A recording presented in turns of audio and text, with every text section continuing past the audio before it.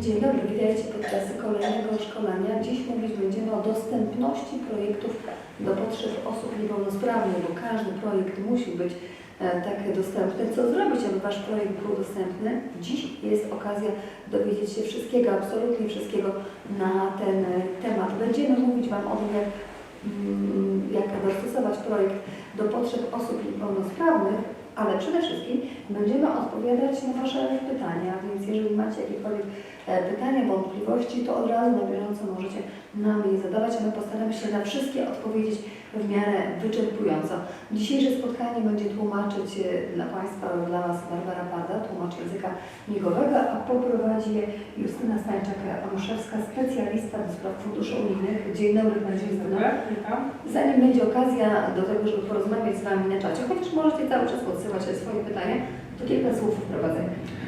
Witam Państwa.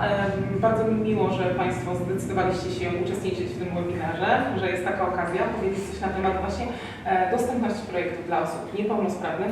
Jest to temat dosyć gorący, sporo się pojawia pytań, sporo wątpliwości.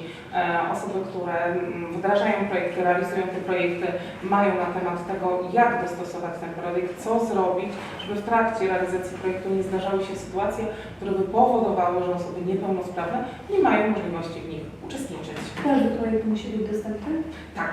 Jak najbardziej jest to obowiązek. Każda instytucja, każdy beneficjent jest zobowiązany, korzystając z funduszy Unii Europejskiej, czyli też z udziałem oczywiście polskim, zobowiązany do tego, żeby dostosować projekt do osoby niepełnosprawnej i to z różną niepełnosprawnością, a nie wybraną. No to zobaczmy w takim razie, jakie są te kryteria dostępności osób niepełnosprawnych do projektu. Dziękuję bardzo. Drodzy Państwo, będę w międzyczasie oczywiście podpierała się prezentacją, żeby nie zapomnieć o czymś Państwu powiedzieć, dlatego że temat jest bardzo obszerny. Oczywiście w trakcie prezentacji, w trakcie przekazywania Państwu informacji będę podpowiadała oczywiście, gdzie znaleźć takie ważniejsze informacje dotyczące właśnie już niepełnosprawności, dokumenty, które pomogą dostosować każdy projekt tak naprawdę do tych kryteriów.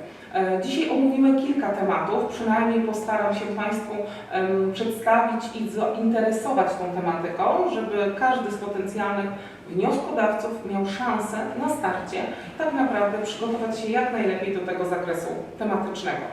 Co jest istotne, patrząc na cały obszar związany z realizacją projektów, chciałabym poruszyć samo kryterium dostępności do tych projektów, czyli jak niepełnosprawność jest traktowana w projekcie. Dostępności cyfrowej powiemy sobie kilka słów o możliwości uczestnictwa osób w ramach realizacji projektów i tutaj o uniwersalnym projektowaniu, ale też dostosowywaniu projektów już na starcie. Powiemy sobie o dostępności architektonicznej, racjonalnych usprawnieniach, możliwości korzystania już w trakcie, kiedy projekt jest realizowany, no i troszeczkę podstaw prawnych i dokumentów publikacji, linków, które mogą być pomocne w tym, żeby projekt po prostu się udał zgodnie z tymi kryteriami. I teraz tak, drodzy Państwo, patrząc na obszary dostępności cyfrowej, jest to dosyć obszar taki interesujący z uwagi na to, że każda osoba, która ma potencjalną chęć udziału w projekcie, jest osobą niepełnosprawną, każda instytucja, każdy wnioskodawca jest zobowiązany do przygotowania takiego projektu pod kątem dostępności właśnie cyfrowej. Jak to wygląda na poziomie realizacji? Bardzo ważny aspekt. Chodzi tutaj przede wszystkim o takie postrzeganie i rozumienie projektu w kategorii każdej niepełnosprawności jako dostępu pod względem właśnie typowo informatycznym. I tu mamy tak, serwis na przykład internetowy, czyli dostosowanie pod względem sprzętu, oprogramowania, które pozwala osobie niepełnosprawnej korzystać, brać udział, realizować, uczestniczyć w projekcie związanym właśnie z osiąganiem określonych wskaźników po prostu w projekcie. Czyli niepełnosprawność nie wyłącza tej osoby, jeśli jest zapewniona ta dostępność serwisu tego typowo internetowego. Mamy też dostępność multimedialną i dzisiaj między innymi mamy okazję korzystać z tego, właśnie pani, która jest naszym tłumaczem migowym. Jest to właśnie dostosowanie w tym aspekcie dla osób niepełnosprawnych, czyli osoby niedosłyszące, tak, mają możliwość, czy niesłyszące, brać udział właśnie w tym webinarze, tak, czyli mają możliwość skorzystania z tych informacji.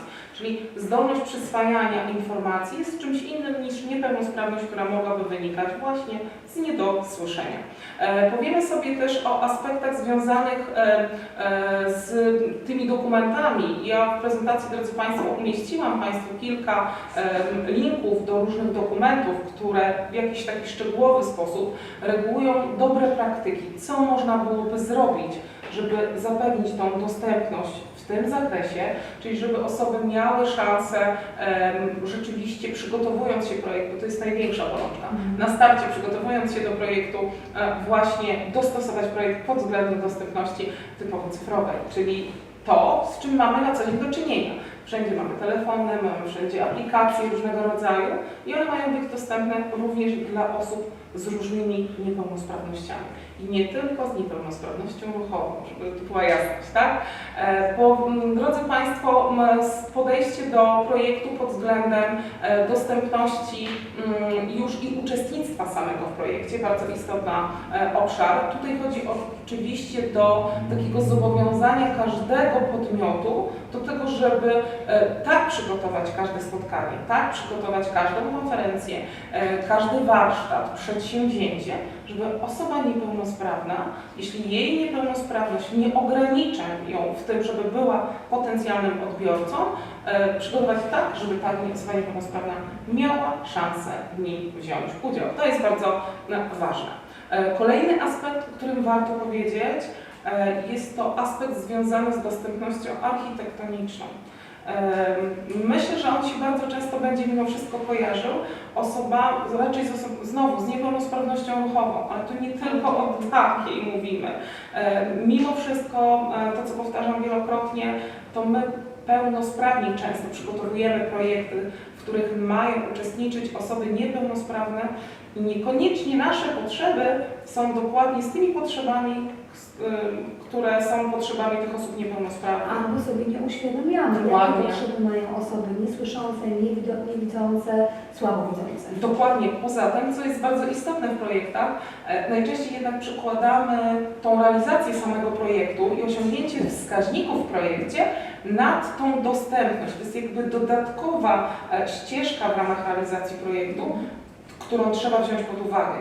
Korzystając ze środków unijnych, jesteśmy zobowiązani do tego, żeby nie tylko uzyskiwać te efekty, nie poprawiać te aspekty, o których myślimy, które są założone jako cele projektowe, ale dostępność dla wszystkich, czyli każda osoba potencjalnie, która byłaby zainteresowana, która chciałaby skorzystać, która przyszłoby jej do głowy, że w ogóle chce, ta bariera się nie powinna pojawić, tak? Czyli ona ma prawo bez względu na swoją niepełnosprawność skorzystać. Przychodzi jej do głowy, chce się zalogować na jakimś warsztacie online, chce posłuchać jakiegoś webinaru, jeśli to jest formuła otwarta, osoba realizująca projekt jest zobowiązana do tego, żeby ten projekt był pod tym kątem przygotowany. Czyli to nie jest bariera, to ma być ułatwienie dla tej osoby do korzystania.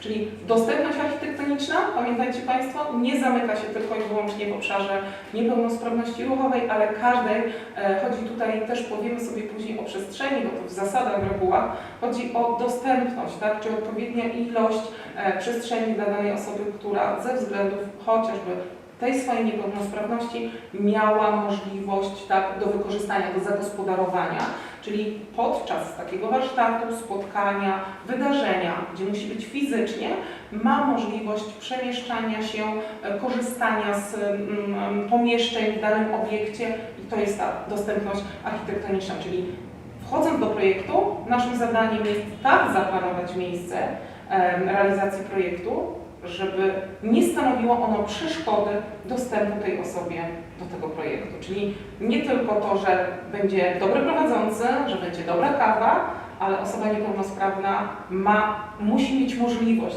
przemieszczania się i korzystania w miarę możliwości w sposób samodzielny z tego, co daje warsztat, spotkanie online, tak? Czyli to jest dosyć szeroki obszar.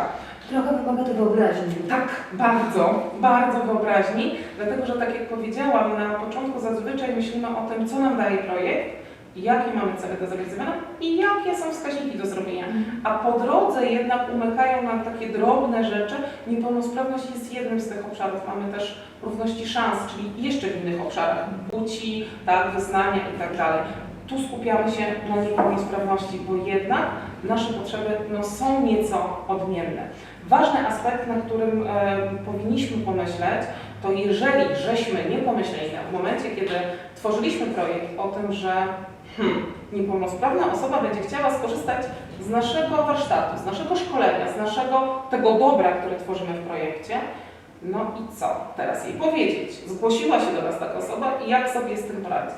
Na szczęście jest coś takiego jak mechanizm racjonalnych usprawnień. Został on przygotowany po to, że w momencie, kiedy na etapie rekrutacji osoba, która do nas się zgłasza, spełnia kryteria dostępowe. Nie mylmy z tym, że jest to kryterium niepełnosprawność. To nie jest kryterium dostępowe, ono nie jest typowym kryterium dostępowym do projektu. Mówimy bardziej o tym, że ktoś spełnia przesłanki do tego, żeby być odbiorcą projektowym, czyli na przykład jest z wykluczenia społecznego, jest osobą bezrobotną, często z grupy defaworyzowanej, na przykład na danym terenie, a niepełnosprawność jest tym dodatkiem, który w jakiś sposób nam się wydaje, że spełnia ktoś kryterium dostępowe, ale jest niepełnosprawny i co my teraz zrobimy? Tak? Czyli organizujemy szkolenie informatyczne, będziemy uczyć obsługi programu, a pojawia się u nas osoba niedowidząca. Nie przygotowaliśmy się. Tak? Jest to osoba, która technicznie jest w stanie uzyskać efekty w projekcie, intelektualnie jest na tym poziomie, który jej pozwoli na to, a okazuje się, że my nie jesteśmy na to przygotowani. No więc po to mamy mechanizmy racjonalnych usprawnień. W ramach realizacji projektu można już na etapie, kiedy widzimy, że ta osoba spełniła te kryteria, pozyskać dodatkowe środki na to, żeby ta osoba mogła wziąć udział w naszym projekcie i dostosować jakby ten tok postępowania w projekcie do jej typu niepełnosprawności. Powiemy sobie zaraz o kilku takich obszarach, ale właśnie mamy możliwość, czyli to nie są pieniążki, które musicie Państwo wygospodarować bezpośrednio z projektu. To są dodatkowe pieniądze, o które można zawnioskować już poza pulą poza pulą środków, które Państwo wnioskowaliście wcześniej, macie przyznaną umowę, czyli 12 000 dodatkowo. Jest to dosyć spora pula, żeby dostosować to wszystko, co chcemy, czyli wydruk odpowiedni, czyli nakładkę, różne, nie chcę teraz mówić wszystkiego, żebyście Państwo mieli szansę dowiedzieć się o tych dodatkowych rzeczach. Czyli nasz obowiązek jest taki, żeby ta osoba miała szansę skorzystać. Odmówienie tej osobie automatycznie powoduje, że nasz projekt nie jest dostosowany, a pamiętajmy, że dostosowanie do kryteriów dostępności dla osób niepełnosprawnych jest jedną z polityk Unii Europejskiej i korzystając z tych środków jesteśmy do nich po prostu zobowiązani, a w związku z tym nie realizujemy projektu prawidłowo, jeśli odmawiamy osobie niepełnosprawnej, bo nie mamy takiego komputera, bo nie mamy takiego programowania, bo pomieszczenie, w którym będziemy realizować, jest niedostępne na przykład dla osoby z tego typu niepełnosprawnością.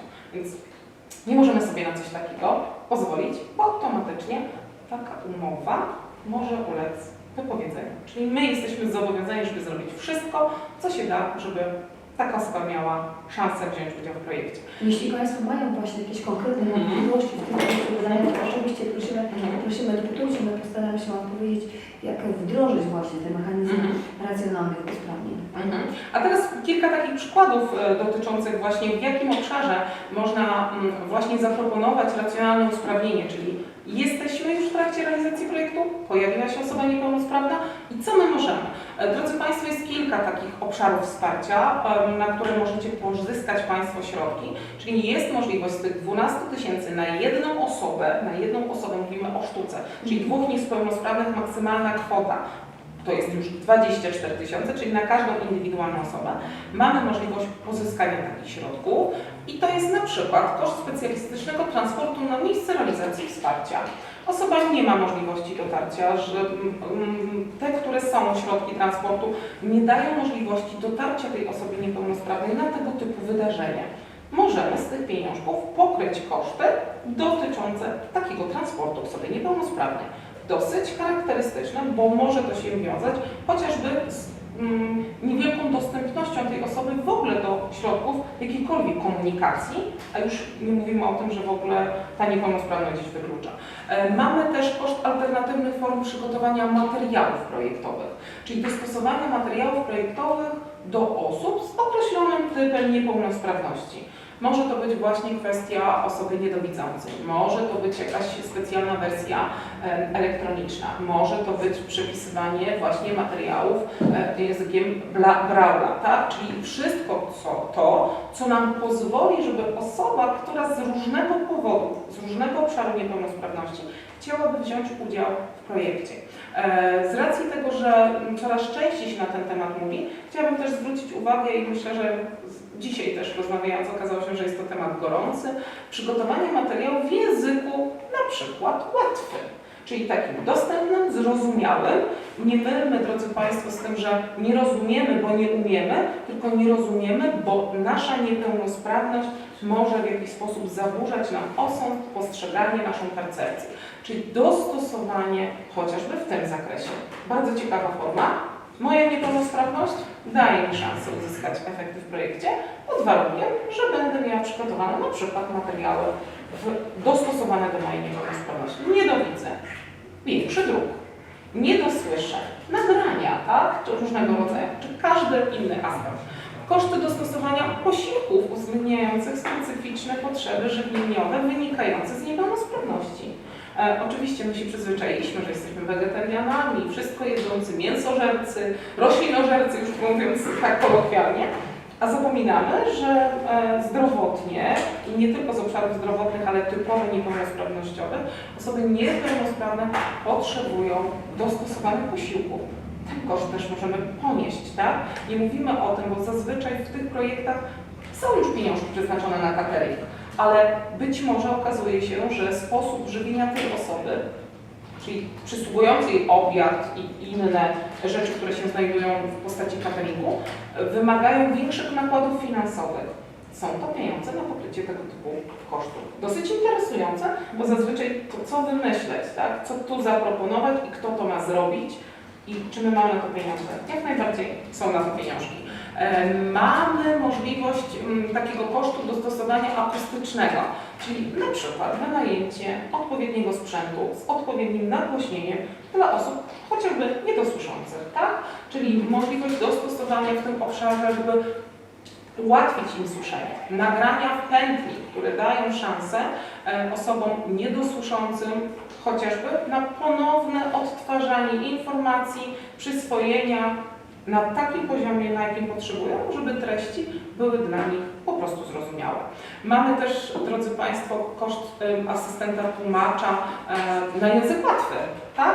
Czyli ktoś, kto będzie osobą gdzieś w pobliżu znajdującą się i tłumaczącą pewnego rodzaju obszary z jakimś trudniejszym językiem, ale na tyle przyswajalny dla tej osoby, żeby ona nie tylko, tu nie mówimy o nierozumieniu, bo nasz poziom percepcji, nasza wiedza jest za mała, tak? Tylko mówimy o języku łatwym, przyswajalnym ze względu na dany typ niepełnosprawności. One jest najczęściej spotykane, bynajmniej ja z takim miałam do czynienia, przy osobach właśnie z różnego rodzaju niepełnosprawnościami intelektualnymi, tak? Czyli z różnych tych obszarów, które wynikają, że ta zdolność uczenia jest zupełnie inna, ta zdolność pochłaniania tej wiedzy, myślenia logicznego jest trudniejsza, więc proszę bardzo, mamy możliwość wsparcia tego typu działań. I jeszcze dosyć ciekawe, koszty asystenta osoby z niepełnosprawnością. Dosyć szeroki temat dla bardzo wielu niepełnosprawności. Pomocna dłoń tak zwana, tak? Czyli osoba, która będzie pomagała tej osobie niepełnosprawnej w trakcie wydarzeń korzystać z wszystkiego, czego korzystać mogą osoby pełnosprawne. Czyli ona będzie miała ułatwiony dostęp do wszystkich tych aspektów. przejścia, podjechania, gdzieś trzeba się przesiąść, coś zobaczyć, obejrzeć, podejść, czyli wszystkie te aspekty, które może wykonywać osoba pełnosprawna, a pomaga w tym, żeby osoba niepełnosprawna miała w 100% użyteczność z danego spotkania, wydarzenia. Mamy oczywiście koszt tłumaczenia języka migowego, tłumacza przewodnika, czyli tak jak dzisiaj korzystamy z pomocy naszej koleżanki w języku migowym, czyli osoby niedosłyszące bądź słabosłyszące mają szansę posłuchać nas, dowiedzieć się o tym i przede wszystkim mają prawo na poziomie, dla mnie to jest bardzo ważne, że osoby niepełnosprawne, wiedząc jakie mają możliwości, zgłaszając się do szkoleń, wydarzeń, warsztatów różnego rodzaju, mogą właśnie podpowiedzieć czasami wnioskodawcy, ja chcę wziąć udział w tym projekcie. Ktoś mówi, no dobrze, ale ja nie mam możliwości, nie dostosowałem może aż w takim wymiarze, podpowiedzieć, ale to są takie pieniądze i można zaproponować, ja wiem, ja słyszałem i możecie kogoś takiego zatrudnić albo mi pomóc w tym, żebym mogła wziąć udział w tym projekcie. To jest bardzo ważne i istotne. Koszty zmiany wszelkiego rodzaju procedur, tak? Wszelkiego rodzaju procedur. Tutaj mam na myśli kwestie dotyczące samego już przygotowania całej dokumentacji w trakcie, kiedy ta osoba się już pojawiła jako osoba niepełnosprawna, czyli będą to kwestie regulaminów różnego rodzaju, sposobu postępowania, uzyskania na przykład efektów w projekcie, czyli zbadania tego wskaźnika. No standardowo osoby widzące, na przykład na koniec szkolenia, jeśli takie szkolenie miałoby się zakończyć testem, wypełnia test ręcznie. Osoba niedowidząca, tak, albo niewidoma, no nie ma takiej możliwości, żeby w taki sposób, więc trzeba dostosować procedurę do tego, żeby ta osoba miała szansę zdawać egzamin, tak? Bo jej poziom wiedzy, percepcji, umiejętności jest adekwatny do wskaźnika i ona ma szansę uzyskać ten wskaźnik w projekcie. A niepełnosprawność nie może być tym zaburzeniem, które będzie powodowało ograniczenie. Koszt dostosowania infrastruktury i tutaj mam na myśli, drodzy Państwo, tak naprawdę taki dosyć szeroki obszar, bo to chodzi o sprzęt, przede wszystkim o sprzęt. Głośniki, drukarki, nakładki, oprogramowania, wszystkie takie, które dają szansę osobom niedowidzącym, niedosłyszącym w różnym aspekcie, z zaburzoną koordynacją ruchową, tak, uczestnictwa, wzięcia udziału w projekcie. Zaburzenia, pamiętajmy, że to szkolenie na przykład komputerowe, dłonie, tak, z różnego rodzaju powodu, gdzieś powykrzywianie w dłonie, jest możliwość dostosowania każdego sprzętu do tego, żeby osoba nawet w takim przypadku miała szansę wziąć udział w projekcie, więc jak najbardziej są na to pieniążki, więc trzeba po nie nie sięgać. Koszty bardzo ważne, koszty wydłużonego wsparcia. Bardzo często jest tak, że wnioskodawcy, proponując obszar wsparcia w różnych aspektach, na przykład, nie wiem, uspołecznienia, zakładają, że standardowo uczestnik przejdzie, nie wiem, 40 godzin różnego rodzaju szkoleń, doradztwa, warsztatów, tak?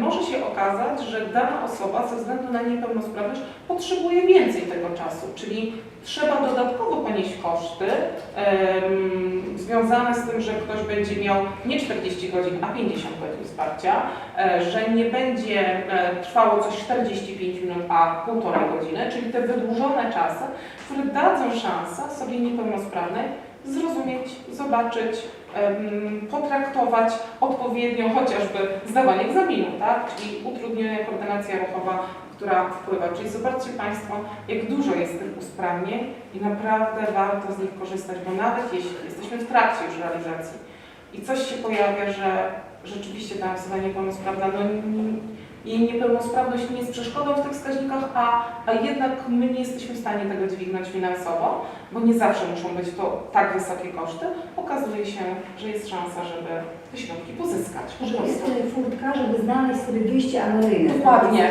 tak. I to jest to właśnie wyjście awaryjne i ono by nie było potrzebne, gdyby na początku przygotowania projektu projekt był przygotowany zgodnie z tymi kryteriami właśnie zorientowania pod kątem osób niepełnosprawnych. Ale też nie wszystko jesteśmy w stanie przewidzieć, prawda? Dokładnie, to też trzeba wziąć pod uwagę, dlatego że przez 15 lat mojego doświadczenia z projektami Zauważyłam, że większość projektów jednak jest zorientowana pod kątem niepełnosprawności ruchowej i nad tym bardzo ubolewam. No to najbardziej oczywiste. Tak, ale sama też jako prowadząca szkolenie, jako prowadząca warsztaty, nie dość, że trafiam do grup z niepełnosprawnością, gdzie już od razu muszę się nastawić, że tempo mojej pracy, ja bym chciała powiedzieć bardzo dużo i wszystkiego i wykonać takie ćwiczenia, a przychodzę na salę i muszę mieć przygotowane ileś alternatyw różnych ćwiczeń dla różnych osób z różną niepełnosprawnością, żeby oni mieli szansę przećwiczyć coś, tak, żeby zrobić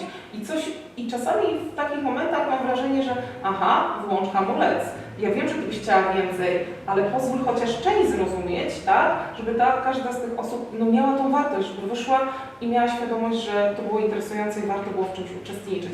Czyli my bardzo często o tym zapominamy. Zdarzają się osoby niedosłyszące, niedowidzące, gdzieś pojedynczo w dużych takich projektach, gdzie mamy warsztatowe rzeczy i wtedy ja też muszę poświęcić więcej uwagi dla takiej osoby, być większej do dyspozycji. I to mi się wtedy wydaje, że to tak wtedy jest sprawiedliwie, tak? Bo wtedy mogę swoją na przykład przerwę poświęcić dodatkowo, żeby tej osobie coś wyjaśnić. To jest bardzo ważne. Tutaj Pan Olaf pytał, bo mówimy o warsztatach, jak wygląda ta sytuacja na imprezach masowych?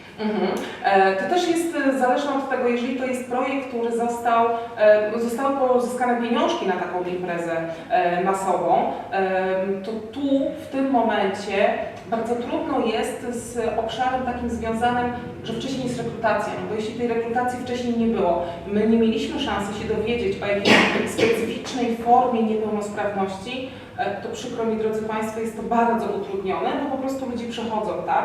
Ale zaraz powiemy sobie o takim obszarze dosyć istotnym. W momencie, kiedy rzeczywiście pojawiają się takie imprezy masowe, oczywiście nie będziemy mówić o jakichś konkretnych niepełnosprawnościach, ale biorąc pod uwagę chociażby dane statystyczne, z których wynika, jakie są najczęściej występujące niepełnosprawności, albo co możemy już na etapie przygotowania takiego pozyskania środków zabezpieczyć, daje nam to furtkę, że jednak więcej będzie tych osób zadowolonych, niezadowolonych, tak? Bo jakby nie mam możliwości dostosowania projektu, jeśli nie wiem, z jakiego typu niepełnosprawnością ta osoba przychodzi, ale te minimum musimy spełnić, tak? Czyli ta dostępność, ta uważność, branie trochę pod uwagę rzeczy, które mają się wydarzyć. Czyli przyda się nam czasami taka szklana kula i trzeba by było na etapie tworzenia projektu przewidzieć, jakie potencjalne najczęściej występują niepełnosprawności i co my możemy zrobić już na tym etapie, żeby zabezpieczyć potencjalny dostęp tych osób do projektu. Pan Paweł pyta, czy wszystkie filmy, reportaże, klipy wykonywane w projekcie muszą być z audiodeskrypcją? Drodzy Państwo, jeśli zaplanujemy sobie w projekcie od razu taki koszt, nie ma problemu, tylko pamiętajcie Państwo, że musimy jakby być w tym konsekwentni. Nie możemy sobie wybierać, tak, że ten film zrobimy, ten nie zrobimy. Nie ma jakichś bezpośrednio narzuconych konkretnych rzeczy, które mówią o tym, że to trzeba, a tego nie trzeba, że to jest minimum, a to jest maksimum, a tego już jest za dużo. Nie ma czegoś takiego. Chodzi o to, że w momencie, kiedy dostosowujemy do potencjalnej grupy odbiorców, i ja wiem, że często będzie to na przykład na moim obszarze, albo w moim projekcie, albo kieruję projekt do osób z określoną niepełnosprawnością, to ja powinnam wyjść naprzeciw potencjalnym potrzebom i wtedy, jeżeli zakładam, że mój projekt będzie opierał się, że będzie trafiał do tego typu grupy osób z daną niepełnosprawnością, to jak najbardziej wtedy przygotowuję w ten sposób materiały. Osoby niepełnosprawne mają mieć szansę dostępu. Nie mówimy tutaj tylko i wyłącznie o wnioskodawcach, którymi są instytucje publiczne, bo one już jakby mają narzucone z przepisów prawa, ale my jako potencjalni wnioskodawcy, czyli pozostała grupa, powinniśmy ułatwiać osobom niepełnosprawnym dostępność. Czy jeśli już skończyłam finansowanie ze środków unijnych, to muszę zadbać o dostępność? No i drodzy Państwo, to jest też trudny temat, dlatego że w projektach Europejskiego Funduszu Społecznego, czyli tego, które dotyczy najczęściej ludzi, nie ma czegoś tak naprawdę takiego stricte jak trwałość projektu. Ale o co chodzi? W większości tych projektów chodzi o to, że jeżeli proponujemy jakiegoś typu rozwiązania, to proponujemy je dla czegoś. Czyli dana instytucja, dany podmiot, dana firma z jakiegoś powodu w tym kierunku się rozwija. no to projekt nie może być, że się przydarzyło, tylko jeżeli chce się rozwijać w tym kierunku, chce kierować swoje produkty, usługi, działania w kierunku osób niepełnosprawnych, to przynajmniej w części te działania powinnam podtrzymać, bo nagle by się okazało, że co, skorzystałam ze środków, dostosowałam do niepełnosprawnych, skończyły się pieniądze i teraz no to niepełnosprawni sobie radzą sami? No niekoniecznie. Jeśli jestem firmą szkoleniową, jeśli jestem jednostką prowadzącą różnego rodzaju warsztaty, jeśli działam na rzecz społeczności lokalnej, powinnam w tym kierunku podtrzymywać przynajmniej te, które są w miarę do udźwignięcia finansowo działania. Tak? Więc jak najbardziej w to wchodzi w grę. Przygotowałam oczywiście Państwu kilka takich dostępnych. Ktoś z Państwa, jeżeli później będzie miał ochotę poprzeglądać, zobaczyć sobie właśnie różne rodzaje takich usprawnień, no chociażby jakieś dostosowanie do tempa pracy, właśnie ten transport w formie obrazkowej dla osób, które szybciej przyswajają chociażby wiedzę w postaci rysunków, tak? Czyli mają szansę jak najbardziej skorzystać. Pod tą prezentację znajdziecie Państwo kilka linków, które dają szansę dodatkowo dowiedzieć się coś na ten temat, uszczegółowić sobie te informacje i poradzić sobie, żeby rzeczywiście te projekty były dla tych osób bez barier. Bardzo ważna, ciekawa tematyka właśnie savoir-vivre dla osób niepełnosprawnych, czyli możliwości dostosowania, jak ma podać rękę osoba niepełnosprawna, która ma paraliż dłoni na przykład. Czyli różnego rodzaju szkolenia, które dają szansę tym osobom się rozwijać. Kolejny aspekt, który warty jest... Tylko dopytam, stronę www tak, w tym miejscu, bo Pan Witold pyta, jak powinna wyglądać strona www, żeby wyczerpywała aspekty, o których dziś mówimy w szkoleniu.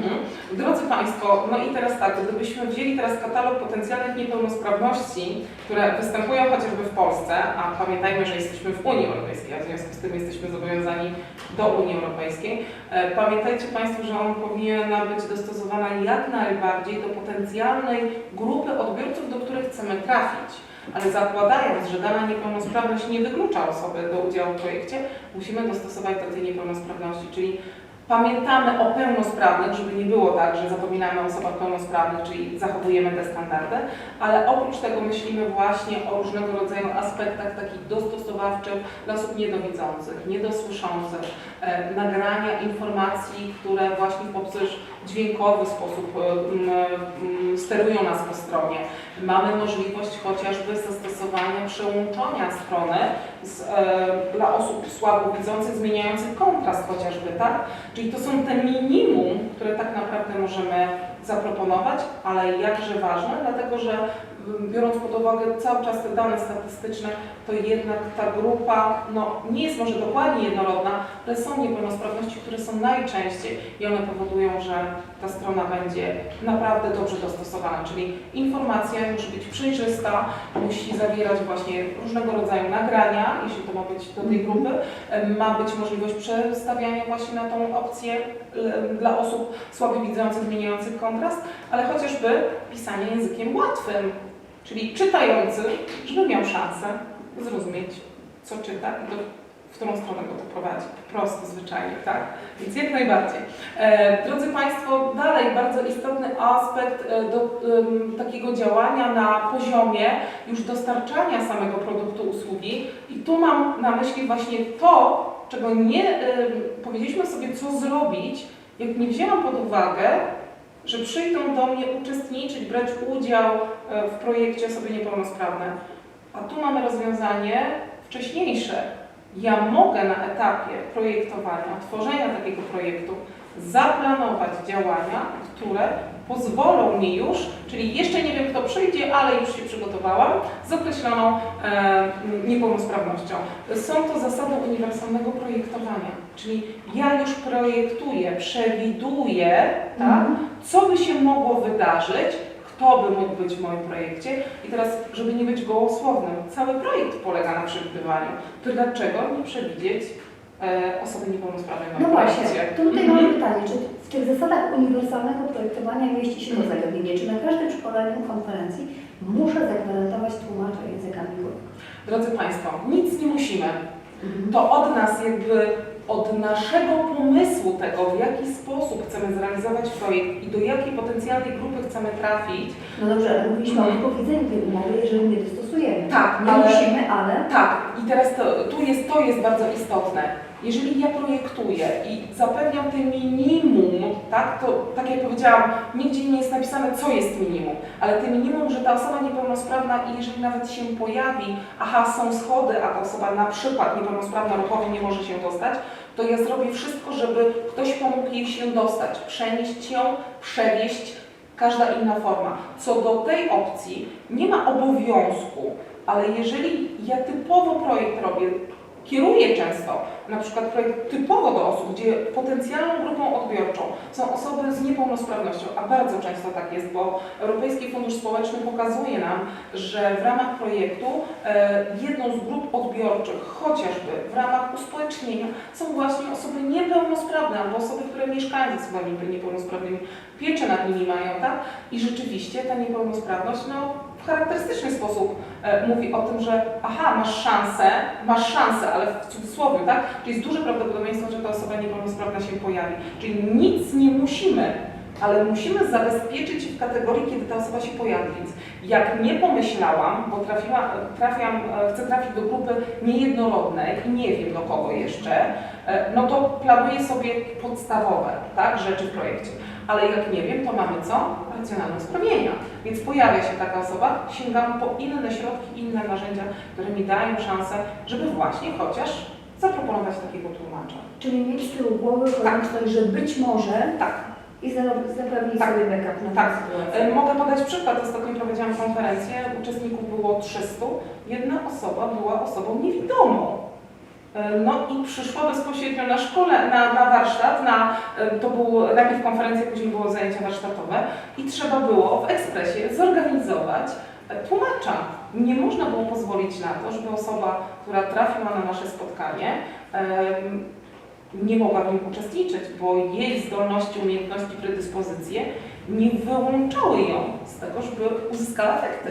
Na naszej głowie było Tak. możliwość zapewnienia jej uczestniczenia.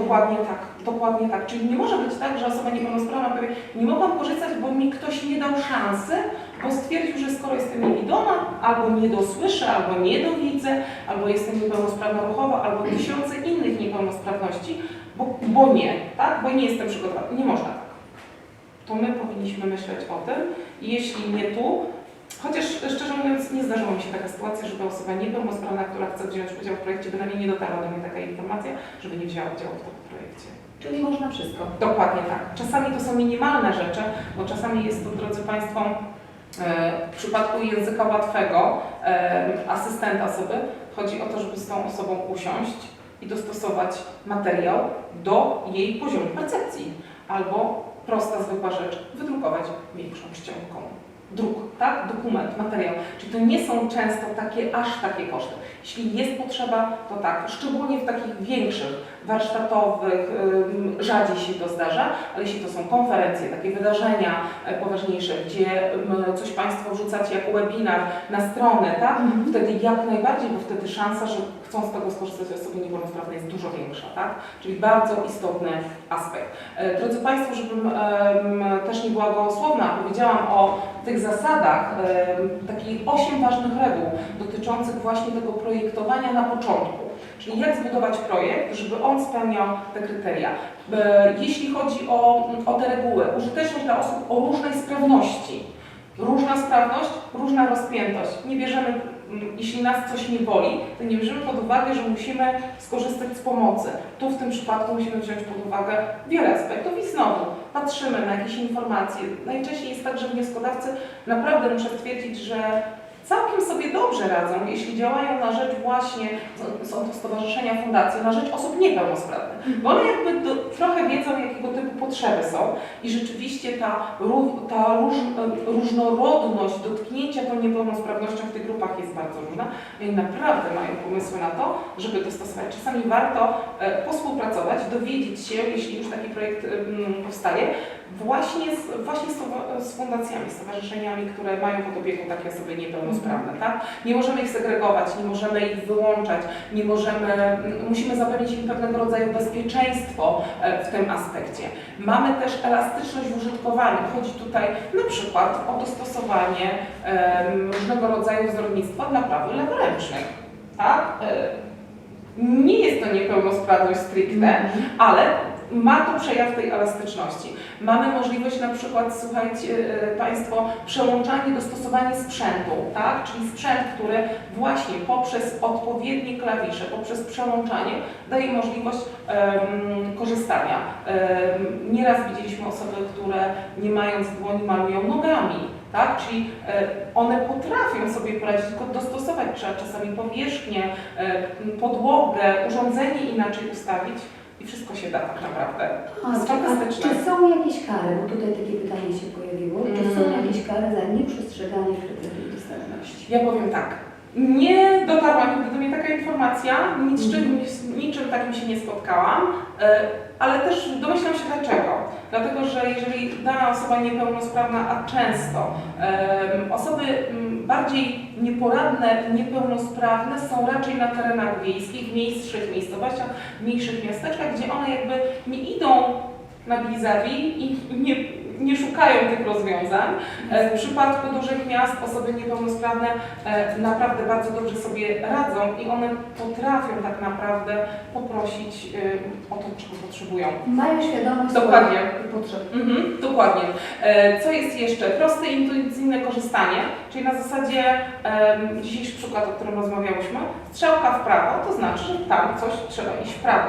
Intuicyjne, czyli to, co podpowiada nam intuicja, czyli nie tworzenie w projektach jakichś różnych rozwiązań, które wymagają, nie wiem, co najmniej myśli freudowskiej, tak? Czyli skupiamy się na tym, co jest logiczne, normalne, uzasadnione. Tu mówimy o różnego rodzaju obrazkach, różnego rodzaju oznaczeniach, które są dla nas wszystkich znane, takie charakterystyczne, bez tego, żeby wymyślać. No jeżeli są drzwi, jest klamka, to jest szansa na to, że powinnam przez nie przejść, a nie robię klamkę przy drzwiach, które są rozsuwane, tak?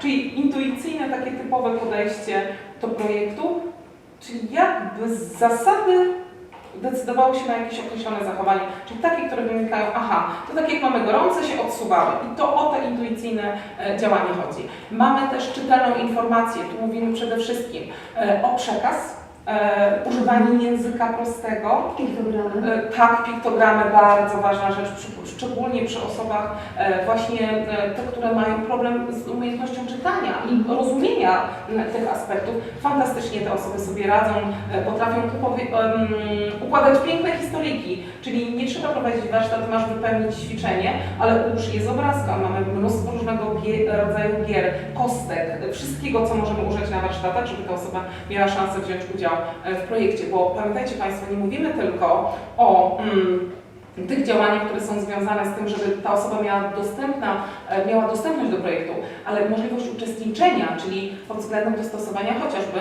trenera, który będzie miał alternatywne ćwiczenie bądź sposób jego wykonania dla osoby z określoną niepełnosprawnością. Wszyscy wypełniają na kartkach, a osoba, która nie ma tej zdolności, a ta niepełnosprawność nie przeszkadza mu w tym, żeby wziął udział w projekcie, na przykład robi to z obrazków, z kostek, z gier, wiąże sznureczki, rozwiązuje coś, układa, czyli wszystko to, co daje szansę, żeby uzyskać podobny efekt w przypadku osoby pełnosprawnej.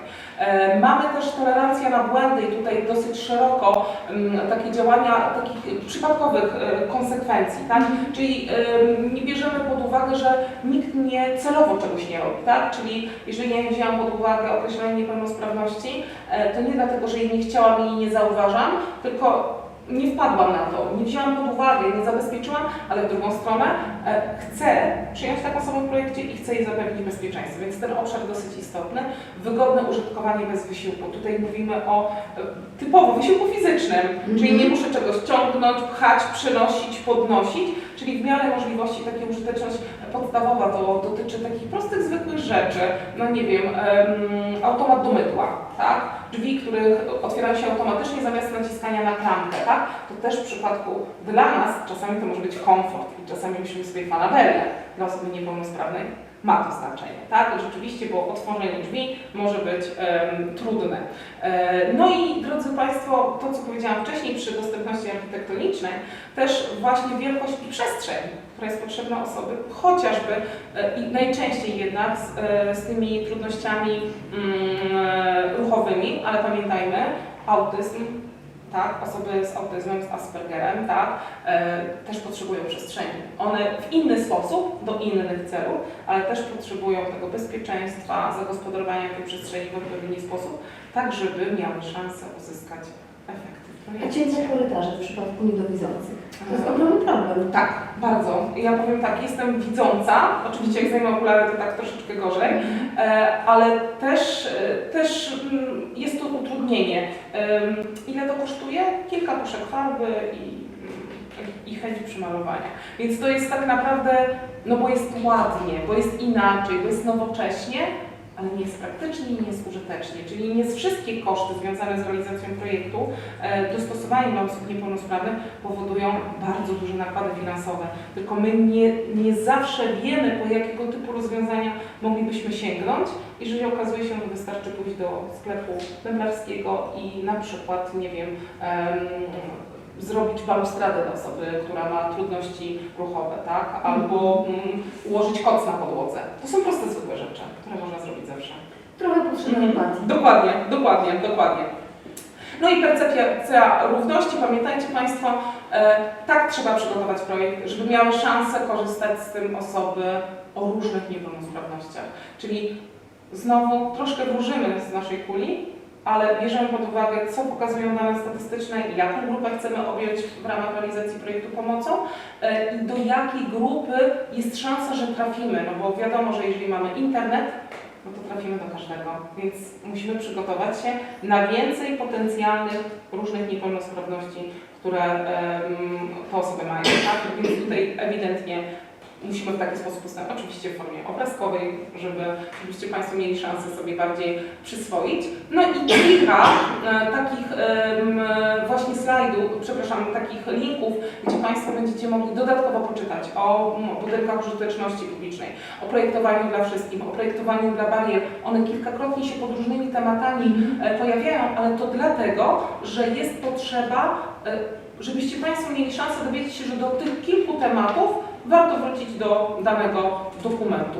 Najważniejszy dokument, o którym zawsze mówię w przypadku tego tematu, wytyczne w zakresie realizacji zasady równości szans, niedyskryminacji, dostępności dla osób właśnie niepełnosprawnych i tu mamy razem z równością kobiet i mężczyzn, tak? Czyli bardzo ważny dokument podstawowy i jeżeli Państwo przeczytacie ten dokument, zajrzycie do niego, naprawdę tam sporo różnego rodzaju rozwiązań jesteście w stanie sobie wykreować, ale tam jest trochę podpowiedziane, więc jest szansa, żeby wiedzieć więcej.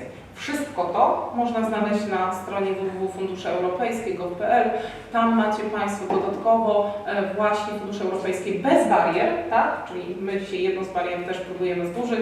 Informacje dla projektodawców, czyli co może zrobić projektodawca, żeby jego projekt był zorientowany pod względem potrzeb osób niepełnosprawnych. Bardzo serdecznie Pani dziękuję za te wyczerpujące informacje. Justyna Stańczyk-Małszewska specjalnie dla Państwa mówiła o tym, co jest najistotniejsze, jeśli chodzi o dostosowanie Państwa projektu do potrzeb osób niepełnosprawnych. My teraz już dziękujemy za uwagę, ale i materiały, i prezentacje udostępniamy mailem i udostępniamy pod filmem, więc mogą Państwo poszukać sobie i tych materiałów, i linków, i zajrzeć na stronę, skorzystać z tych obrazków, które pokazywaliśmy, tak żeby wszystko było jasne, przejrzyste, klarowne i czytelne. Dziękuję za uwagę. Dziękujemy bardzo.